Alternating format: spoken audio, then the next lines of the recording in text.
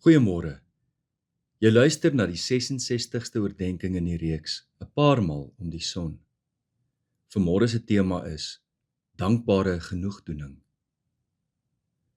Nadat ek vir 'n oomblik ons gesprek onderbreek het deur te praat oor Kronos en Kairos, keer ons terug na the power of moments, om verder saam te besin oor spitservarings, insig, trots en koneksie. As jy dalk nou eers later by die reeks ingeskakel het, dit, sê die skrywers van The Power of Moments, is die uitstaan oomblikke wat navorsers bevind het ons met waardering onthou. Wanneer ons spitservarings het, nuwe insig verkry, trots en koneksie ervaar, onthou ons dit as definierende oomblikke. Ons gesels op die oomblik nog oor trots.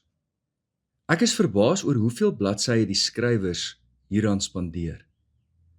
Die reikwyte van trots, kom ek nou agter, is veel wyer as wat ek voorheen verstaan het. Ek dink trots is eintlik te lig in die broek om heeltemal te verwoord wat die skrywers wil sê.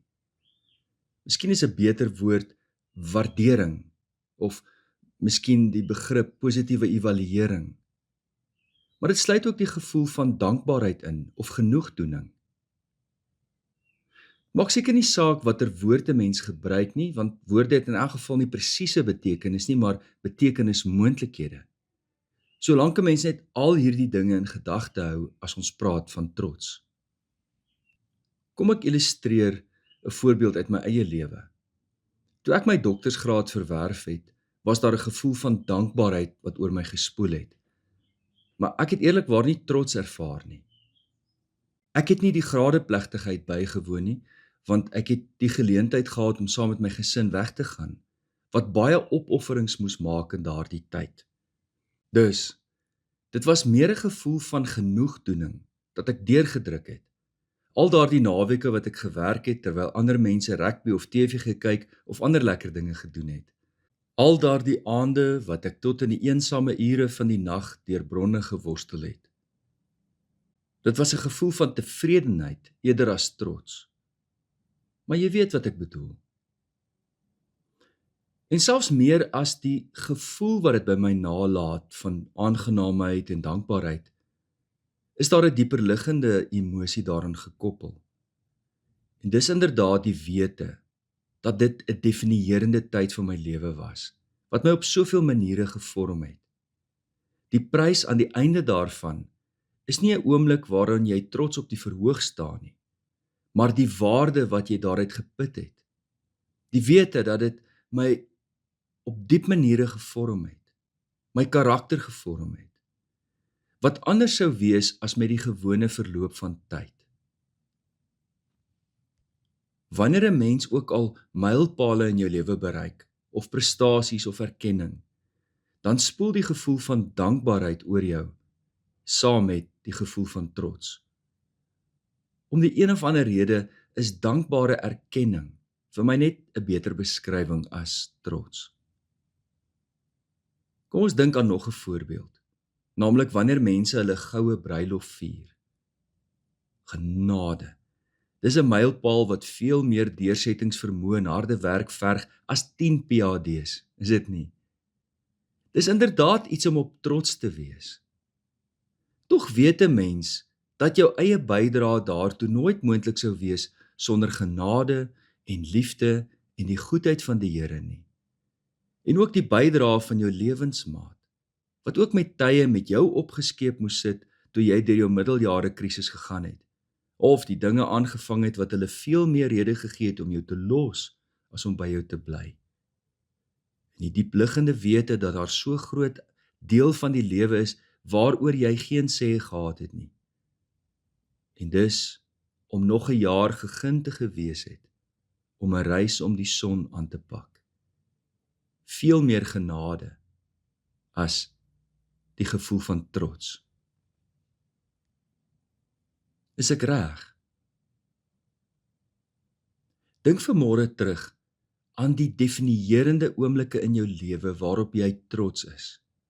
Mylpale, prestasies, erkennings, toekennings of pryse. Wat onthou jy daarvan? Wat is die gevoel wat by jou opkom? Dit hoef nie Nobelprys oomblikke te wees nie.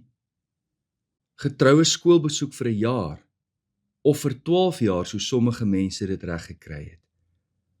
Haal ek nie my hoed af vir julle nie.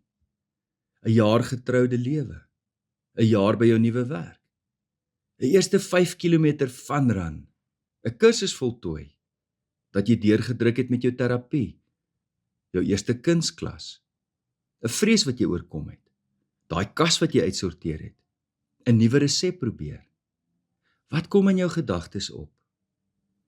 Neem vanmôre die tyd en skryf neer al die oomblikke wat by jou opkom, wat jy vier op jou lewenspad, waaroor jy 'n gevoel van trots of dankbare genoegdoening ervaar.